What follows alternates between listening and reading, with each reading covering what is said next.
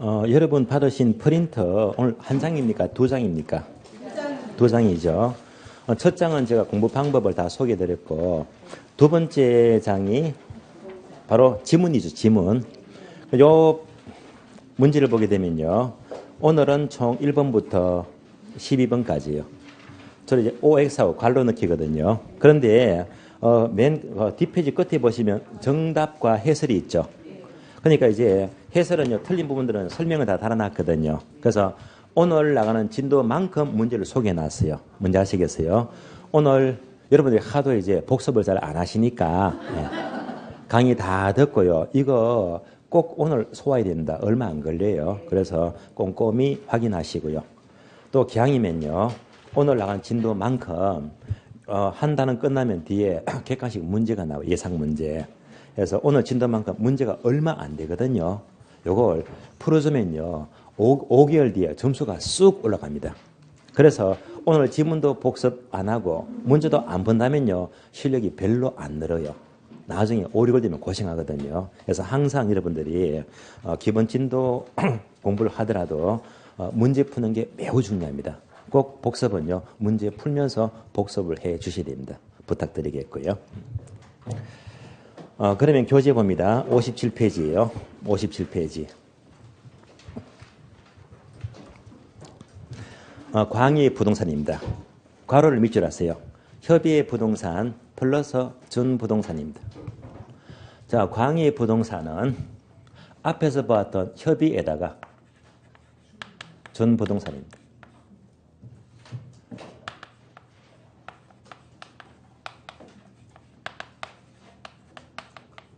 자, 준부동산 같은 말로 의제부동산입니다. 그러면 부동산 앞에요, 준자가 붙게 되면 부동산은 아닌데 부동산에 준해서 취급된대요. 부동산처럼 취급이 된대요. 자, 이런 것들이 종류가 어떤 게 있냐면요, 우리 교재 보게 되면 항목 5개 있죠. 기업번, 자동차, 건설기계, 선박, 항공기, 니은번, 공장재단, 디귿번, 광업재단, 어업권, 임목 등이 있습니다. 옮겨서 볼게요. 준부동산은 첫 번째, 자동차, 건설기계를 중기라고도 표현하죠. 중기 또는 선박, 항공기다. 이때 선박은요, 모든 선박이 아니고 20톤 이상을 말합니다. 다음에 임목, 다음에 공장재단, 광합재단, 어업권 등이 있습니다.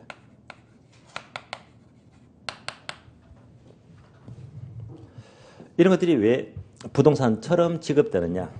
두 번째요. 그러면 자동차, 중기, 선박, 항공기는요, 움직이잖아요.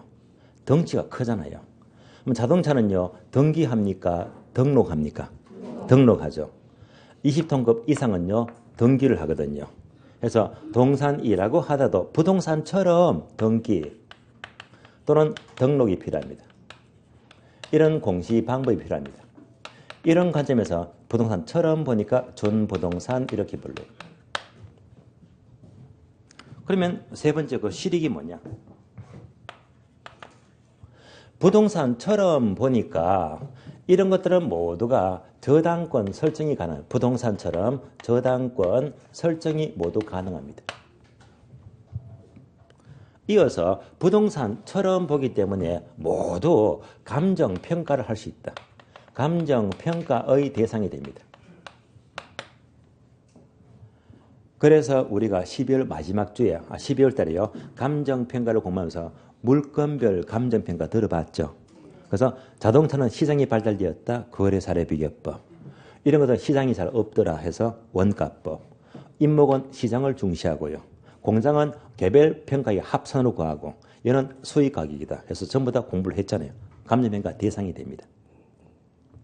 다음에 부동산처럼 보기 때문에 바로 공인중개사, 중개의 대상이 됩니다.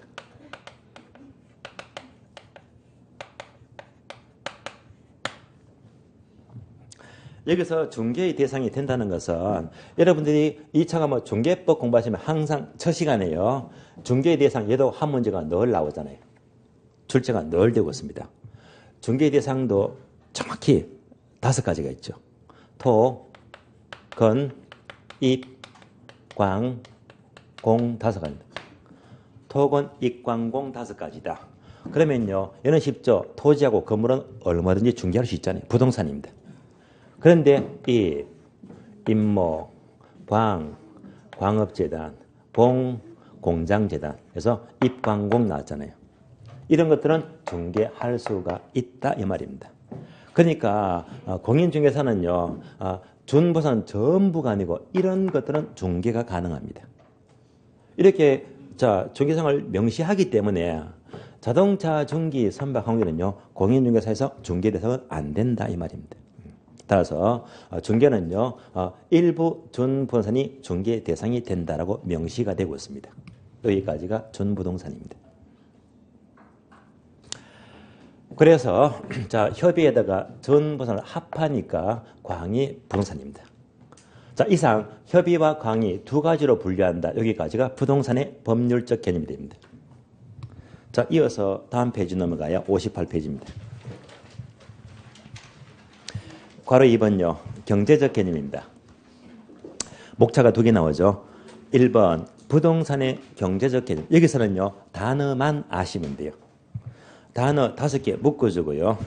기업번, 자산, 니은번, 자본, 생산요소, 소비재, 상품입니다. 이런 것들이 모두가 경제적 개념입니다. 옮겨서 볼까요? 첫 번째. 자산 또는 자본, 생산요소, 소비재, 상품 등이 있습니다.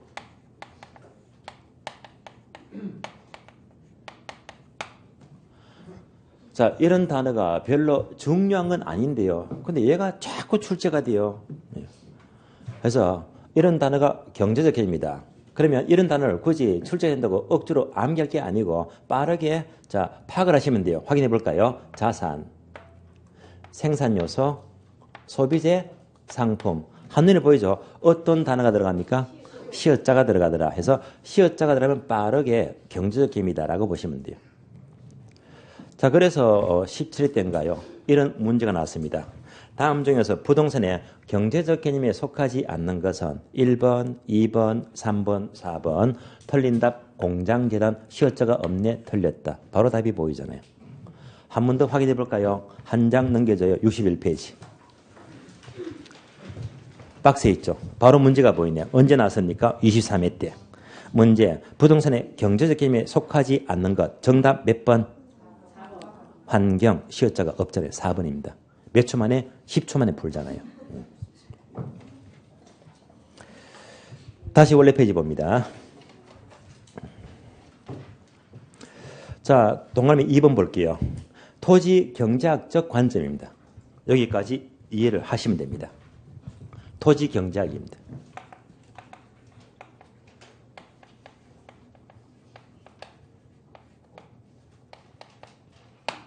교재 볼까요? 첫 줄. 토지 경제학 관점에서의 토지는, 즉 부동산은 밑줄 하세요. 자연적 자원 및 인위적 자원 괄호 계량물까지 밑줄. 이 2가지를 합한 것입니다. 옮겨서 볼까요? 토지 경제학에서 부동산 자원, 즉 토지는 자연적 자원과 플러스 인위적 자원입니다. 이걸 모두 합한 것이 바로 부동산 자원입니다. 부동산으로 본다는 말입니다. 그러면 자연적 자원은 뭐냐? 우리 주변에 많이 보이잖아요. 자연적 자원 하게 되면 땅이 있어요. 강이 있죠. 바다가 있어요. 이런 것들이 모두가 자연적 자원이고 부동산 자원입니다. 그림으로 봅니다.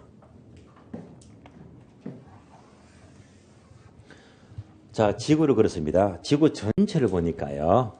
지표면 땅이 있죠. 산도 있어요. 강도 있어요. 바다가 있고요. 또 큰 바다가 있고. 따라서 땅도 산도 강도 바다가 모두가 자연적 자원적 부동산 자원입니다. 아주 넓게 보고 있습니다. 여기서 비교합니다. 우리가 앞에서 봤던 민법, 협의 분사는요, 토지와 정착물, 토지, 땅만요. 땅만 보고 있잖아요. 그러니까 토지 경제학은요, 토지뿐만 아니라 강도, 바다가 모두가 부동산 자원입니다. 그럼 답이 나왔지. 두 가지는 같은 개념이 아니죠. 둘이서 어느 쪽이 더 넓게 보고 있다? 경제적 개념입니다. 얘가 훨씬 더 넓게 보고 있습니다. 여기서 중요한 게 있습니다. 그러면 토지 경제학은 땅도 부동산, 강도 부동산, 바다도 부동산 같은 자원입니다. 여기서요. 바다를 메꾸어서 땅으로 만들어야지. 한마디로 수면 매립입니다. 얘는 출제가 잘 되고 있습니다. 수면 매립. 다시 그림 봅니다. 자, 이 그림 보시면서 지구 전체 덩어리는 더 이상 증가시킬 수가 있어요? 없어요? 절대 증가 못 시킵니다. 그럼 다시 작게 보게 되면요. 어떤 사람이 한 필지 땅을 갖고 있습니다. 이 한 필지 땅은 더 이상 증가시킨다, 못 시킨다? 절대 증가 못 시킨다. 한 필지건 지구 전체는요. 절대 땅은 만들 수 없다. 증가 못 시키죠. 이가 바로 부정성입니다. 자, 이 상태에서요. 바다를 메꾸어 씁니다. 땅으로 수면 매립입니다. 이렇다고 지구가 증가한 것이다? 아니다? 아니다 말입니다. 왜? 토지 경제학은 바다도 부동산, 땅도 부동산 같은 자원이니까 증가된 게 아니래 말입니다. 따라서 이런 수면 매립은요. 부동산이 증가한 것이 아니다 이 말입니다. 어디까지나 같은 자원이니까 바다에서 땅으로 이용 상태가 바뀐 것에 불과합니다. 예를 다른 말로 토지 이용의 전환입니다. 토지 이용 전환에 불과합니다.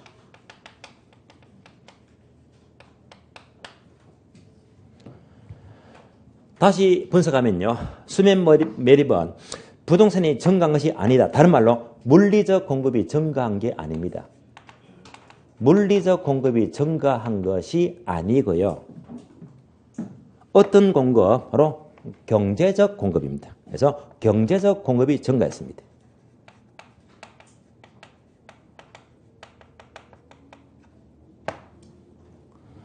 요즘은 잘 나와요. 따라서 수면 매립은 물리적 공급 증가가 아니라 경제적 공급이 늘어난 것이다. 그래서 요즘은 앞으로 자주 보게 됩니다.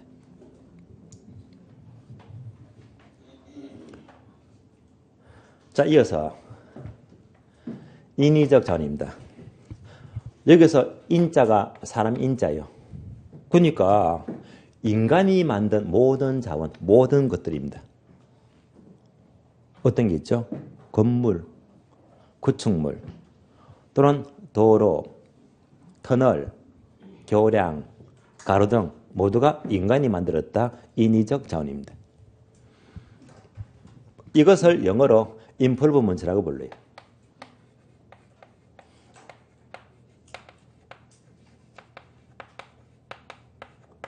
해석하면 계량물입니다. 앞으로 문제 풀면요. 계량물, 이 단어는 많이 봅니다. 계량물이다.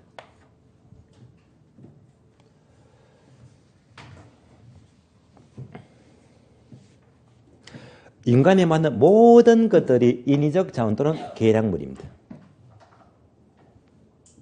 한번 볼까요? 자, 위에서요. 정착물하고 계량물은 단어가 같아 다르다? 다르다. 뜻도 다르다 말입니다. 자, 정착물은 뭐라고 했어요? 오로지 계속적 고정만 정착물입니다. 그러면 일시적이면 정착물이다 아니다? 아니다. 가시중에 수목, 판잣집, 컨테이너 박스 정착물 아니잖아요. 그러나 판잣집은 인간이 만들었잖아. 다음에 컨테이너 박스도 인간이 만들었지. 이런 건 전부 다 계량물에는 들어간다 이 말입니다. 그러니까 정착물이 넓어요. 계량물이 넓어요. 얘가 더 넓지. 그러니까 결국 법률적 개념보다 경제 개념이 더 넓게 해석한다. 여기까지를 이해하시면 돼요. 그럼 다시 여기서 계량물의 종류가요. 두 가지입니다. 교재 아래 보시면 기역번과 니은번이 있죠. 기역번요. 토지 상의 계량물. 영어로 improvement on land가 되고요. 다음에 두 번째, 토지에 대한 계량물 improvement to land가 나옵니다. 두 가지를 정리합니다. 따라서 자, improvement는요 종류가 두 가지더라. 첫 번째 on land 하고요. to land 두 가지로 구분됩니다. 결국 양자는요 전치사 on과 to의 차이점이 이제 on, to는 아시죠? on 하게 되면 무엇 위에, 무엇 상에 이렇게 해석합니다. 그대로 토지 상의 계량물, 토지 상의 계량물입니다. 그 다음에 to 하게 되면 무엇에 대한 이렇게 해석하잖아요. 그럼 그대로 토지에 대한 계량물 이렇게 구분되고 있습니다. 그러면 on land는 뭘 말하느냐? 얘는요 인간이 직접 활용하자. 인간이 직접 활용하기 위해서 만들어진 것들은 모두가 on land가 돼요. 대표적인 예가 바로 건물이 있죠.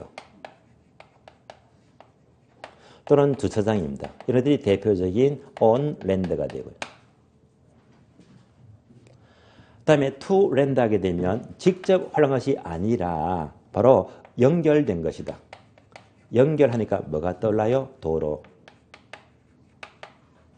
상수도, 하수도, 상하수도를 말합니다.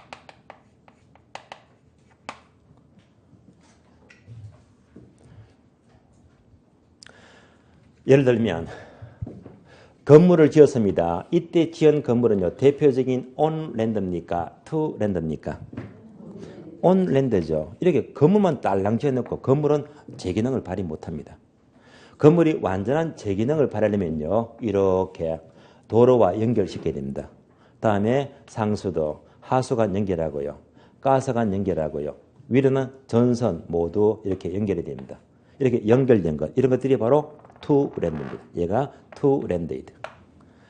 따라서 on land와 to land가 결합되니까 하나의 건물은요 완전한 제기능을 발휘합니다.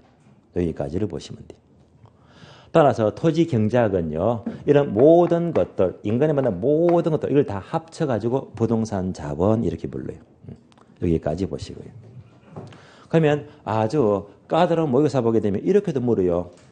모의고사 까다로운 모의고사 다음 중에서 자 토지에 대한 계량물 to land 이거로 짝지워진 것으로 맞는 것은 이럴 때는요 도로, 철도, 가스관, 상하수도만 찾으면 되거든요. 이런 문제까지 나오더라는 말입니다.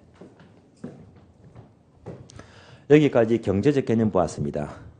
59페이지 넘어가요. 괄호 3번요. 부동산 학적 개념이다. 괄호 밑줄입니다. 복합 개념의 부동산 밑줄 하시고 매우 중요합니다. 그래서 부동산 학에서는 부동산 하게 되면 바로 복합 개념의 부동산입니다.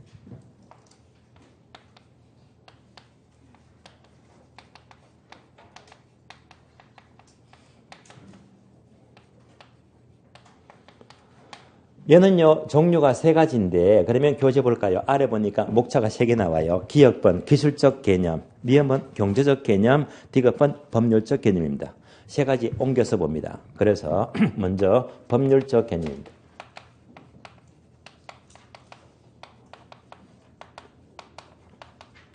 두 번째 경제적 개념이 나오고요. 세 번째가 기술적 개념입니다. 그래서 법률적, 경제적, 기술적 합해서 법경기라고 암기하시면 돼요. 법경기 세 가지다. 무슨 경기? 법경기 세 가지가 복합 개념의 부동산입니다. 하나씩 봐요. 첫 번째, 법률적 개념은 앞에서 나왔지. 법률적 개념. 공부했잖아요. 얘가 전부 다 이미 설명을 드렸고 그다음에 경제적 개념, 경도 여기서 설명을 들었잖아요. 그러니까 이제 이 두 가지가 법경 나왔잖아. 여기다가 뭐 한 개 더 추가된다. 가장 넓게 보고 있습니다. 따라서 결국 부동산 학에서는 법경에다가 기술적 첨언이 포함되기 때문에 가장 최강의로 넓게 보고 있습니다. 범위가 달라요. 따라서 부동산 개념은 법률적 개념 가장 좁게 보고요. 이보다 넓게 보는 게 경제적 개념. 학에서는 가장 최강의로 넓게 보고 있습니다. 자, 그러면 꼭 기억합니다. 민법이 있죠. 민법상 부동산은 오로지 협의의 부동산, 뭐하고 뭐 토지와 정착물 이렇게 민법에서는 이렇게 답을 하시고요. 학교론 시간에 부동산 개념은요. 자, 절대 토지와 정착물 하시면 엉터리입니다. 뭘 말한다? 법 경기가 모두 포함된 복합 개념의 부동산입니다. 그래서 결론, 민법과 학교는요. 범위가 엄청 차이 납니다. 가장 좁게 보는 것이 민법이고 가장 넓게 보는 것이 부동산 학입니다. 개념이 달라요. 여기서 법, 경 두 가지는 눈에 안 보이더라. 형태가 없습니다. 그러니까 형태가 없으니까 무형적 측면이 되고요. 반면에 기술적 측면은 물리적 측면이다. 형태가 있거든요. 형태가 있으니까 유형적 측면입니다. 따라서 복합 개념의 부동산을 세 가지 측면으로 본다면 법경기 세 가지가 되고 두 가지로 구분하면요. 무형과 유형 이렇게도 구분이 됩니다. 여기까지. 그러면 다음 페이지 보세요. 다음 페이지 보게 되면 자, 네모 박스가 나와요. 그러면 맨 오른쪽 끝에 보게 되면 복합 개념 나오잖아요. 얘가 단어가 세 개 합친 것이죠. 첫 자를 보니까 뭐 법경기 나옵니다. 여기서 법경 두 가지는 왼쪽 보니까 바로 무형적 측면. 다음에 기술적 측면은 왼쪽 보니까 유형적 측면. 이렇게 구별되고 있습니다. 이어서 2번 내려가죠. 복합 개념의 부동산과 복합 부동산의 차이점이다. 기억번요.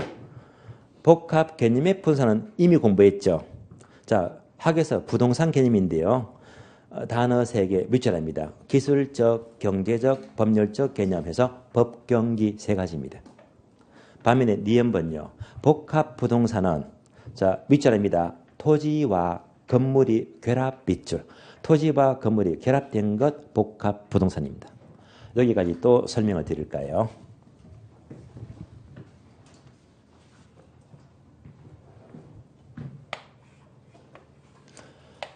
복합 개념의 부동산입니다.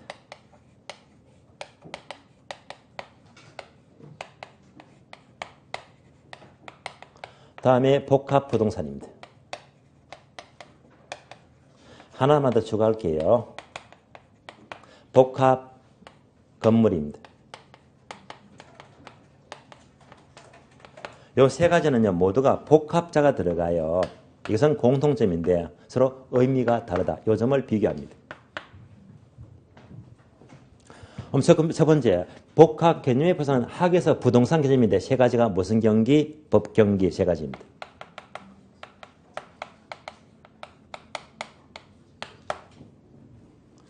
반면에 복합 부동산은 토지와 건물이 결합되었습니다. 토지, 건물이 이렇게 결합되었대요. 얘가 복합 부동산. 그림이 쉬워요. 그림으로 보게 되면 토지와 건물이 결합이 되었다.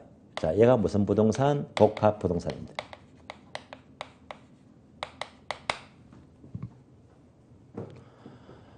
이 단어가 바꿔서 잘 나옵니다. 토지와 건물이 결합된 것이 복합 개념의 부동산이니까 틀렸다. 바뀌었잖아요. 법경기를 포함해서 복합 부동산이라고 한다. X 바뀌었다. 틀린 말입니다. 예. 바뀐 단어만 조심하시면 돼요. 그러면요. 토지와 건물이 결합되었다. 복합 부동산입니다. 만약 토지비에 주택이 있어요. 어떤 사람이 주택을 갖고 있는데 팔려고 합니다. 생활정보지에 매물로 내어놓아요. 팔게 되면요. 자, 어떻게 팝니까? 토지와 주택을 합쳐서 5억이다 라고 팝니까? 아니면요. 토지가 4억이고 주택이 1억이다. 따로따로 팝니까? 한꺼번에 팝니까? 함께 팔죠. 뭐? 얘가 바로 일괄해서 매매한다. 그래서 함께 팝니다. 얘가 바로 일괄평가가 돼요. 따라서 일반적으로 토지와 건물이 결합된 복합 부동산은 한꺼번에 일괄평가 또는 일괄매매를 합니다. 여기까지만 연결하시면 돼요.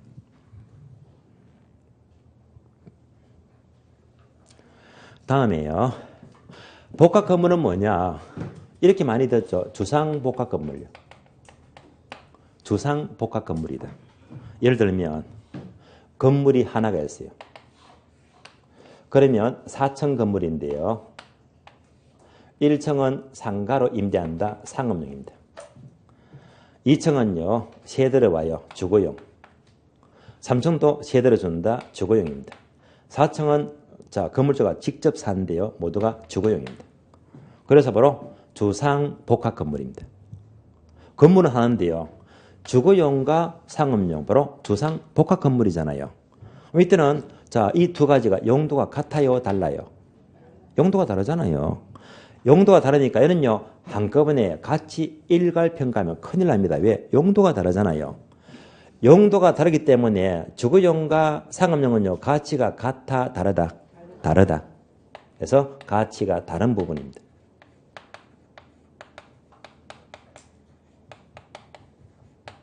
가치가 다르기 때문에 일괄평가해서는 안 되고 주거용 따로, 상업용 따로 구분평가합니다. 여기까지 단어 3가지를 연결하시고요. 이어서 괄호 4번 내려갈게요. 부동산과 동산의 차이점입니다. 아래 보니까 큰 표가 나와요.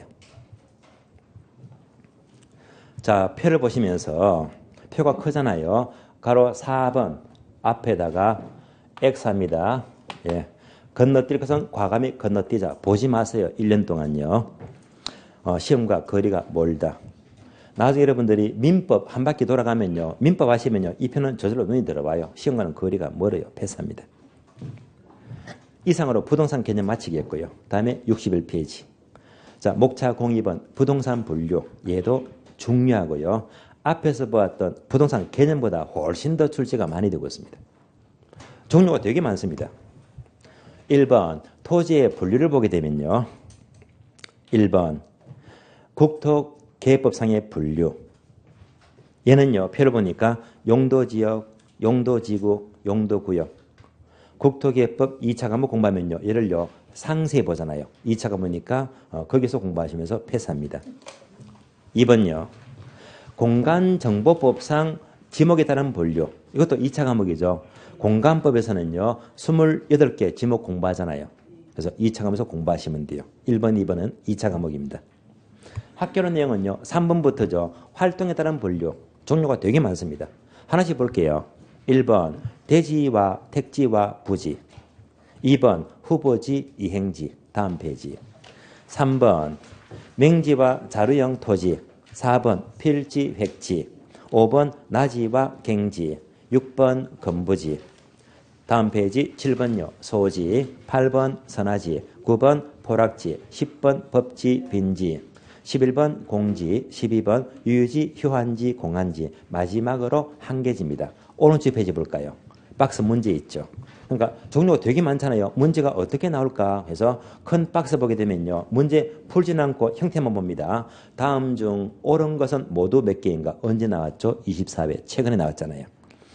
자, 박스 보니까 첫 번째가 공지, 두 번째 맹지, 세 번째 획지, 네 번째 후보지, 다섯 번째 법지. 5개를 끄집어냅니다. 이렇게 문제를 묻고 있습니다. 한번 처음부터 볼게요.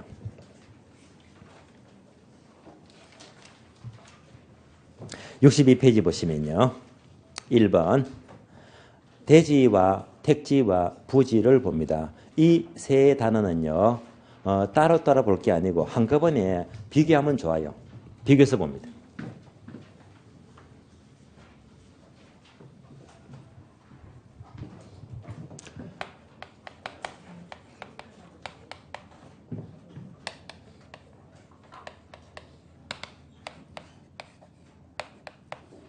먼저 대지부터 봅니다. 대지는 2차 과목에서 공부합니다. 대지를 나오는 단어, 이 법이 바로 건축법이 있죠. 건축법에서 대지를 공부해요. 또 어디서? 공간법에서요. 주로 공간법은 토지의 28개 지목을 공부합니다.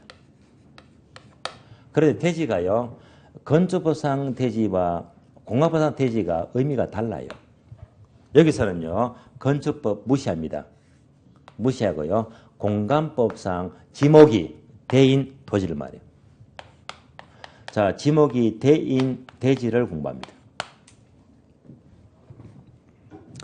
그러면 지목이 대가 되면요, 오로지 용도만 따진다. 용도.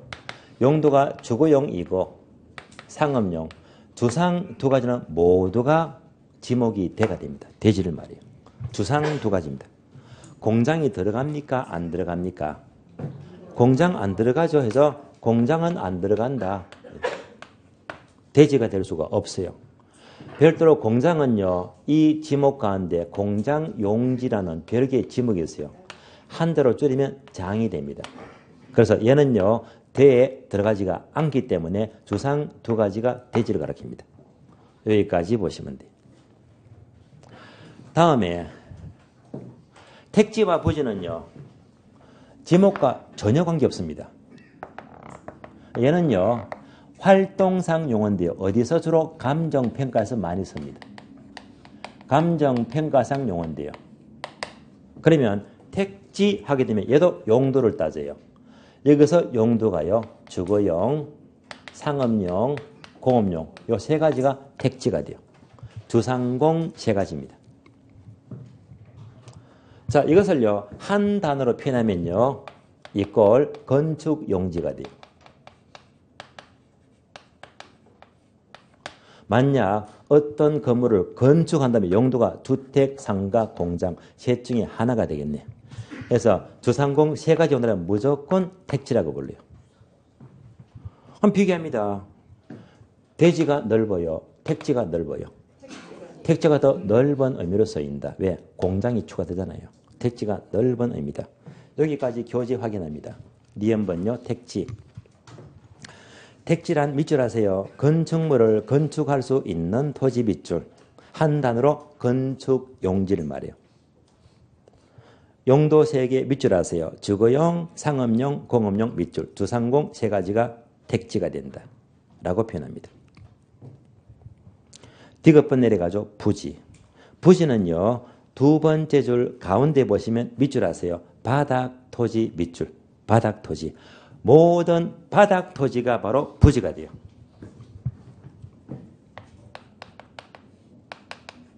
자, 바닥에 깔린 땅을 무조건 부지만 붙여주면 돼요.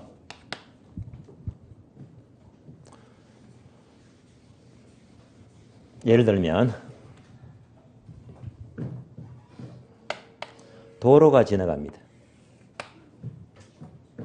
철도가 지나갑니다.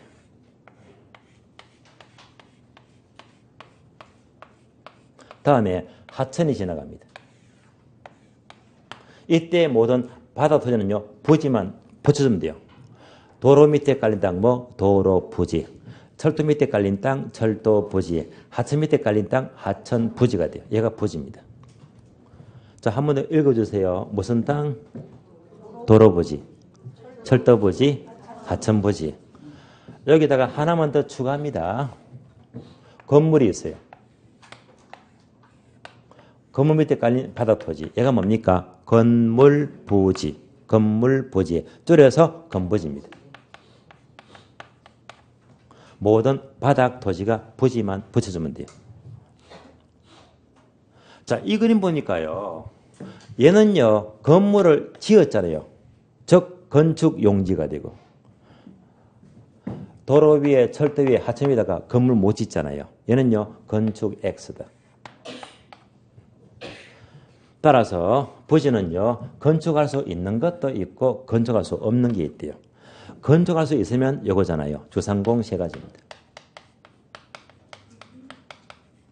즉 건축 용지가 되고요. 건물 지을 수가 없으면요, 도로, 철도, 하천이 있다. 건물 못 지으니까 다른 말로 비건축 용지, 비건축 용지가 돼요. 여기까지가 모두가 부지가 됩니다. 그러면 답이 나왔네요. 택지가 넓어요? 부지가 넓어요? 부지가 가장 넓다 해서 이렇게 서로 비교해서 공부를 하시면 돼요. 이 이상 어렵게 나올 수가 없습니다. 이대로만 아시면 돼요. 자, 다시 택지가 뭐랬죠? 건축용지, 주상공 세 가지입니다. 그럼 응용해 볼까요? 자, 택지를 이렇게 구분합니다. 이런 땅이 있어요. 이런 땅이 있습니다. 토지비에 건물이 없다, 뭐 맨땅. 맨땅을 뭐라고 부르죠? 나지. 건물 지었잖아요. 건물 있는 땅이 무슨 땅? 건부지. 자, 나지와 건부지를 보시면서 결국 택지는요, 나지를 가리킬까요? 아니면 건부지를 가리킬까요? 어느 쪽? 건부지 하시면 안 돼요. 그렇다 또 나지 하시면 안 돼요. 정답은요, 둘 다. 둘 다. 둘 다 포함되어 버립니다. 무슨 말입니까? 맨 땅인데 얘가요, 앞으로 1년 뒤에 주택을 지을 거래요. 1년 뒤에 상가를 지을 거래요. 1년 뒤에 공장을 지을 거래요. 용도가 주상공 맞잖아요. 그러면 모두가 택지가 돼요. 1년 지났습니다. 주택을 지었습니다. 상가를 지었어요. 공장을 지었어요. 주상공 맞잖아요. 이런 단어는 뭐? 택지. 그래서 항상 택지는 용도만 따지지 건물 있다 없다 안 따진다 이 말입니다. 용도만 따져요.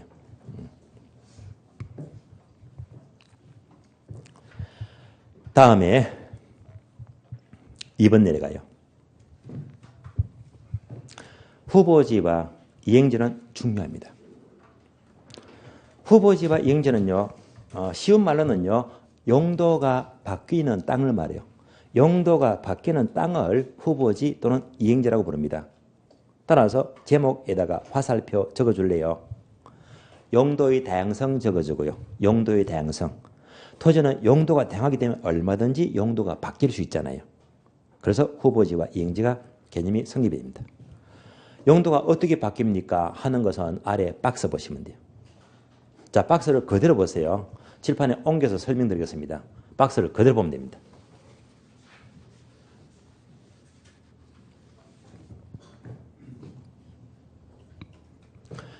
자, 토지는 용도가 크게 세 가지인데요. 첫 번째 택지지역,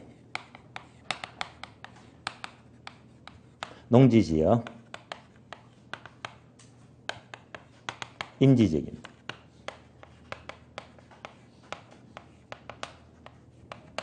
이렇게 용도를 크게 나누니까 대분류라고 불러요. 대분류.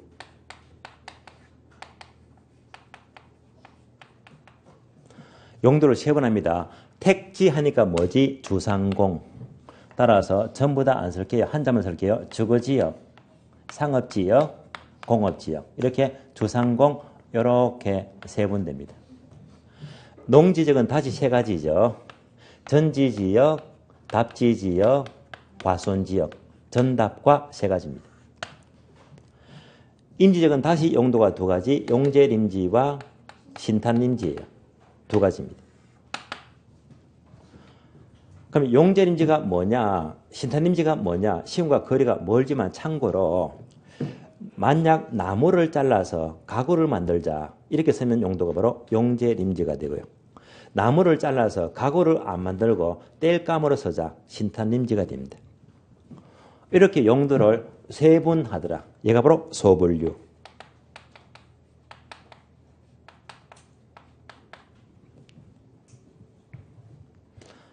그러면 토지는요, 용도가 이렇게 바뀔 수가 있죠. 임지가 농지로 바뀐다. 또 농지가 택지로 바뀐다. 이렇게 바뀔 수가 있잖아요. 얘가 바로 후보지입니다. 따라서 대분류 상호간의 용도가 서로 바뀐다면 이런 땅이 후보지입니다. 다시 자, 세분에서요, 서로 주상공끼리 이렇게 용도가 서로 바뀌어요. 얘가 이행지입니다. 전답과끼리 용도가 서로 바뀐대요. 얘가 이행지입니다. 용신끼리 용도가 바뀐대요. 얘가 이행지입니다. 따라서 소분류간 용도가 바뀌면 이행지가 됩니다.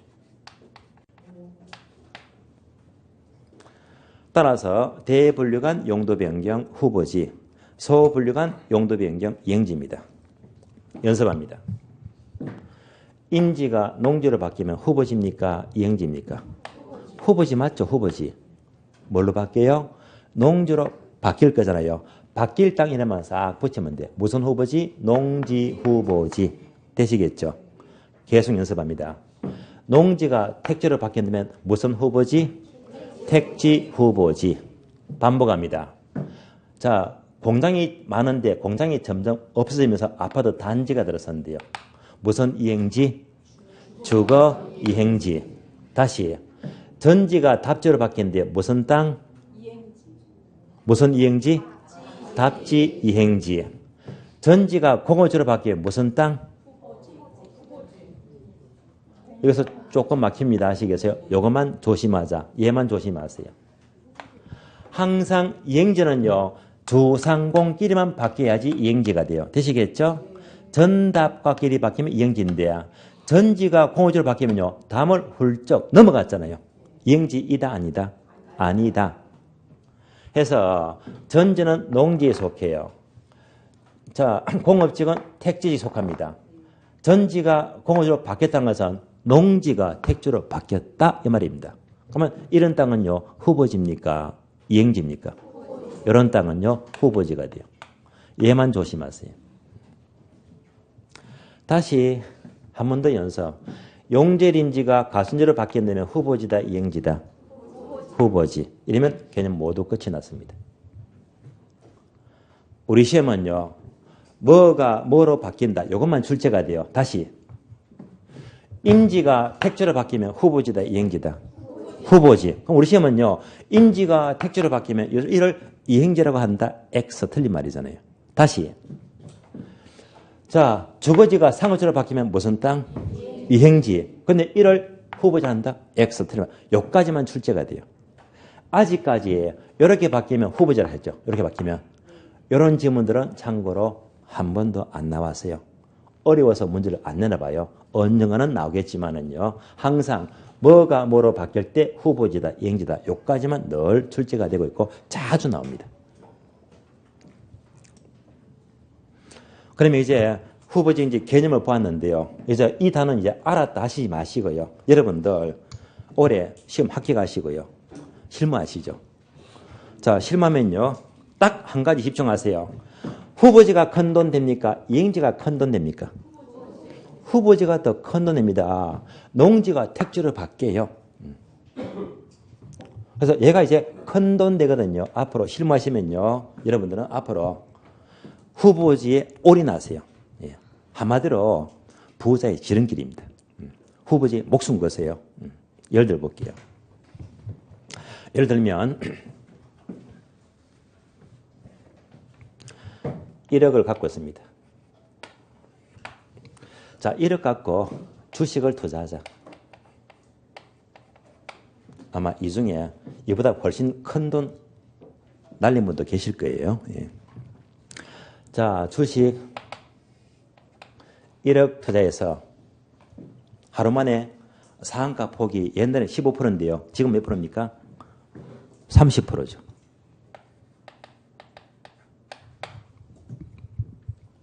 상한가입니다. 빨간 똥침입니다. 자, 주식 샀다. 똥침 한 방 맞았습니다. 얼마요? 금액 얼마? 1억 3천입니다. 완전 대박입니다. 하루 만에 3천만 원 먹었으니까요. 얼마나 큽니까? 귀가 막혀요. 예. 똥침을 또 맞았습니다. 30%. 예. 상한가 두 방 맞았습니다. 귀가 막히잖아요. 얼마? 1억 6,900만 원입니다. 이틀 만에 6,900만 원 법니다. 귀가 막히잖아요. 자, 주식을요. 상한가 두 방 맞으니까 1억 6,900이 됩니다. 어마어마한 수익입니다. 이틀 만에. 주식 말고요. 땅을 사자. 1억. 땅을 삽니다. 그러면 땅도 주식처럼 이렇게 자, 두 번 샀다. 어떤 땅을요? 후보지를요. 두 번 사게 되면요. 얘가 얼마쯤 될까요? 대충 감으로요. 예? 얼마요? 20억요? 20억요? 또 얼마? 10억요? 야, 세게 불었네. 그러면 요거 봅니다. 얼마가 될까? 말로 하면요, 필이 안 오니까요. 제 경험담 들려드릴게요. 제가 이런 적이 있었거든요. 정확히 2003년도입니다. 15년 전이죠. 오래됐어요. 그때 제가 현금 3억 갖고 있었습니다. 괜찮죠, 그죠? 예. 땅을 살 수도 있고, 아니면 자, 사업을 하자. 학원 사업입니다. 근데 제가 15년 전에요. 2003년도에 3억 투자해서 학원 사업을 했습니다. 학원 크게 차렸어요. 그때 300평이니까요. 중개사 전문 학원입니다. 그래서 이제 지방에 가장 크게 냈거든요. 그래서 3억을 몽땅 올인했습니다. 현금이 없대 말입니다. 그런데 딱 학원 몽땅 투자했는데요. 마침 이때 땅 정보가 딱 들려오더라고요. 부산에요.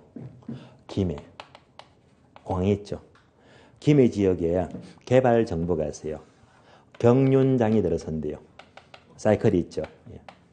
지금은 논밭밖에 없는데 경륜장이 들어선다면 계획 발표되었거든요. 땅값 올라갑니다. 그러면 식당 들어서요. 모텔 들어섭니다. 다음에 뭐 유흥주점부터 했어요. 이것저것 온갖 상업용 시설 또는 뭐 2종, 3종 주거지가 바뀌겠지. 그럼 이런 땅이 무슨 땅입니까? 바로 후보지입니다. 후보지요. 계획이 발표되어서요. 땅값이 이제 꽤 올랐거든요. 이제 계획만 발표되었어요. 그 땅값 시세 알아보니까요. 도로를 문 농지가요. 농지가 땅값이 꽤 올라서 평당 50만 원입니다. 오를 만큼 올랐습니다. 이게 시작입니다. 왜? 농지가 전부 다 상업지로 다 바뀔 수 있으니까요. 이제 시작이거든요. 그래서 제가 마음먹었습니다. 이야, 50만 원 좋아. 200평만 사야지. 200평이면요. 식당 짓고 땅이 남잖아요. 모텔 질 수도 있고요. 수익 좋잖아요. 얼마가 됩니까? 1억입니다. 그러니까 1억 투자해서 50만 원에 200평만 사야지. 근데 돈이 없어요. 학원 차렸잖아요. 돈이 없더라고요. 돈 만들어야 되잖아요. 고민하니까 유일한 방법은 좋아. 집 팔자, 아파트. 아파트 빨리 팔자. 그래서 집에 전화했어요. 아파트 팔겠다고요. 아파트 팔면 융자 끄고요. 한 1억은 만들겠더라고요. 그래서 바로 12월 달인데요. 동네 부동산 3군데, 4군데 급하게 건물을 나눠서 빨리 팔아달라고요. 빨리 팔아달라고. 그리고 아파트 팔면요. 이사 가야지 뭐 단칸방, 방 한 칸입니다. 침대 다 버리고요. 그냥 뭐 단칸방에다가 한 몇 년 월세만 살아야지. 고생 각오하고요. 마음먹었거든요. 결심을 했는데 땅이 아파트가 안 팔리는 거 있죠. 왜? 이 당시에는요. 경기가 별로 안 좋았고요. 또 12월 달이니까 어떻게 팔리겠습니까? 그러다 보니까 1월 달, 2월 달 훌쩍 겨울이 지나갑니다. 안 팔리더라고요. 아니 대출 받은 거 다 끄고 1억 생긴 내 말입니다. 대출 받은 거 다 끄고. 그러니까 단칸방에 가는 거잖아요. 자, 그래서 이제 겨울 다 지나갔어요. 이제 봄철 3월 달이 됐습니다. 이때 누가 사겠다는 거야, 아파트를. 얼른 팔려고 하니까 마침 석 달 지났는데 그 당시 50만 원짜리 땅이요. 석 달 딱 지날 때는 얘가 올랐습니다. 얼마? 80만 원이요. 거세 올랐습니다. 사야 되는데 가면 1억 6천이지. 6천만 원이 또 없거든요. 어떡합니까? 없잖아요. 그래서 결국 이 땅을 못 사가지고 결국은 너무 오르는 바람에 결국 포기. 이 땅은 내가 임자가 못 되겠네. 깨끗하게 포기했습니다. 그걸 잊어버렸어요. 뭐 내 것도 아닌데. 잊어버렸고 3년 지났습니다. 마치 3년 뒤에 부산에서요. 서면에서 강의를 하는데 우연찮게 요 사례가 나왔거든요. 그래서 이제 강의하면서 이런 땅을 아파트 못 팔아서 못 샀다고 하니까 마침 앞에 앉은 50대 아저씨가요. 저를 보면서 혀를 끌끌 찹니다. 교수님 사지 그래서요 하면서 예. 제 속에 염장을 질래요. 그러면서 그걸 끝내버리지. 아니 지금 땅값 얼마인지 압니까? 계속 염장을 질러요. 계속. 저는 듣기 싫었는데 그래서 얘기합니다. 교수님 지금요 이 땅이 얼마나 가면요 평당 300만 원 합니다. 라고 합니다. 몇 배 올랐다? 6배 올랐다. 그래서 1억 샀다면 얼마가 됐지? 6억입니다. 6억. 그러니까 재판도 맞잖아요. 단가방도 좋다. 왜? 3년 뒤에 5억 먹으니까요. 일단 양도시 무시할게요. 5억 먹었잖아요. 여러분들 한 3년 만에 5억 먹으면 뭐부터 하시겠어요? 큰 돈이잖아. 땅요. 저는 룸살롱 갈 건데요. 쭉쭉 빵빵에 5억이 뭡니까 어디에. 밤새도록 양 좀 마시고요. 기분 내야지. 또한 1억 5천 원 떼가지고요. 또 뭐랄까요? 포르쉐. 최고급 사잖아요. 폼 딱 내야죠. 그리고 2억 안 넘어가니까요. 그렇잖아요. 그래도 남습니다. 그러지 말라 이 말입니다. 그러지 마시고요. 그대로 한 번만 더 들어가. 제 2의 후보지 딱 한 번 더 들어가는 거예요. 여기서 6배 올랐잖아요.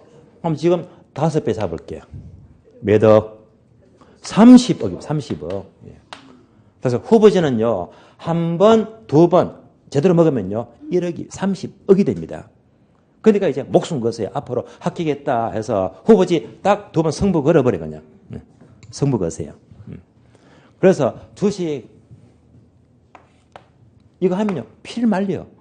어렵고. 그래서 늘 자 발품 팔고 정보 잘 수집해가지고 후보지 한 번, 두 번 들어가면요. 30억 로또보다 셉니다. 아시겠어요? 실력으로 버려야 됩니다. 그러니까 합격했다. 동네 부동산, 지역 전문가. 내가 아는 동네 차리면서 맨날 토지 팔아, 상가 팔아 0.9%, 아파트 팔아, 원룸 팔아 0.4%, 5%. 수수료 받아보세요. 부자 절대 못해. 먹고는 살아요. 그렇게 살려고 이 공부하는 거 아니잖아요. 예. 평소 업원 중개업을 하시되 한 5천, 1억 딱 갖고 있다가요. 예. 꼭 서울지기, 서울은 다 개발됐으니까. 그러니까 이제 경기도 외곽지라든지 뭐 충청도 쪽이 좋잖아요. 그런 동에 용도가 바뀐 땅 많습니다. 계속 땅은요, 늘 공급이 부족합니다. 그래서 딱 후보지 한 번, 두 번 들어가. 기간 10년 잡고요. 10년. 내가 1억 갖고 10년 딱 잡고요. 5년에 한 번, 5년에 한 번, 두 번 딱 잡으면요. 1억이 30억이 됩니다. 이렇게 인생을 사는 거, 이렇게 재테크를 해야 됩니다. 그 다음에 30억 갖고 요즘 잘 나가는 뭐죠? 꼬마 빌딩도 사고요. 경매도 하고요. 저는 계속 룸살롱 안 갑니다. 아시겠어요? 소주 마실 거예요. 예. 얼마나 멋진 인생입니까? 한마디로 부배 초월 자선입니다. 후보지 매력이 있어요. 그래서 학교론 자꾸 합격하시면요. 그러면 학교론 돈도 안 된다고 하는데요. 후보지 2방 먹으면요. 로또보다 셉니다. 아시겠어요? 후보지 전문가가 됐어요. 자, 후보지 봤고요. 이어서 한 가지 더 추가합니다. 성숙도예요. 요 단어 중요합니다. 자, 성숙도가 뭐냐? 한 장 넘겨주세요. 자, 넘기니까 작은 색칠 네모, 개념 정리, 성숙도 찾았습니까? 요게 중요합니다. 성숙도. 그러면 성숙도가 뭐냐? 칠판 잘 따라오세요. 성숙도 하게 되면 이 그림에서 요 화살표. 얘가 바로 성숙도를 말이에요. 성숙도. 한번 보세요. 현재 농사 짓고 있는데 얘가요. 아파트 단지로 개발되는데 이렇게 용도가 바뀌는데 2년 뒤에 바뀐대. 용도가 빨리 바뀌잖아요. 얘가 봐. 성숙도가 빠른 경우입니다.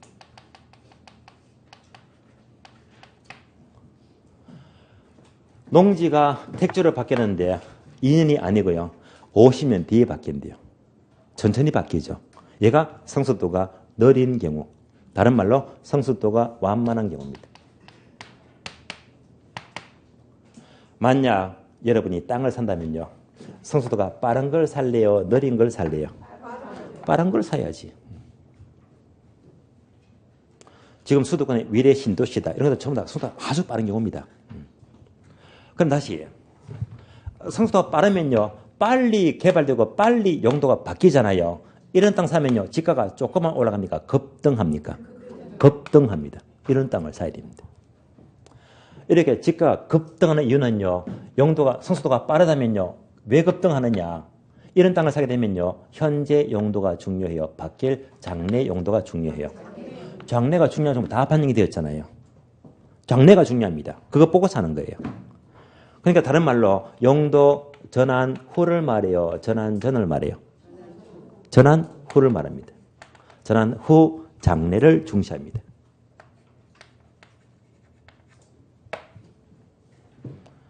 두 번째, 성수도가 만만한 경우 이렇게 용도가 바뀌었는데요. 50년 걸린대요. 이런 땅 살래요? 안 살래요? 50년 지나면요. 내가 죽고 난 다음입니다. 아무 쓸모가 없어요. 자식만 좋아요. 이런 땅은요. 용도가 나중에 바뀌니까 땅값 오른다 안 오른다 거의 안 올라갑니다. 이때는 차라리 현재 농사 짓는 게 중요해요. 따라서 성수도가 완만한 경우는 장래가 중요하다. 현재가 중요하다. 현재 용도가 중요해요. 용도 전환 전이다. 전환 후다. 전환 전이 중요하다. 해서 오히려 현재 용도가 더 중요합니다. 그래서 우리 시험은요. 얘가 지문이 잘 나와. 이렇게 잘 나와요. 어떻게 성수도가 완만한 경우는 용도 전환 전의 지역을 중시한다면 맞잖아요. 자꾸 묻는 것이 성수도가 완만하면 용도 전환 후가 중요하다. X 틀린 말 잘 나옵니다. 여기까지 보시고요. 따라서 후보지 이행자시면서 성숙도까지는 아셔야 됩니다. 그러면 10분 쉬었다가요. 다음 시간은 3번부터 맹지부터 보도록 합니다. 쉬겠습니다.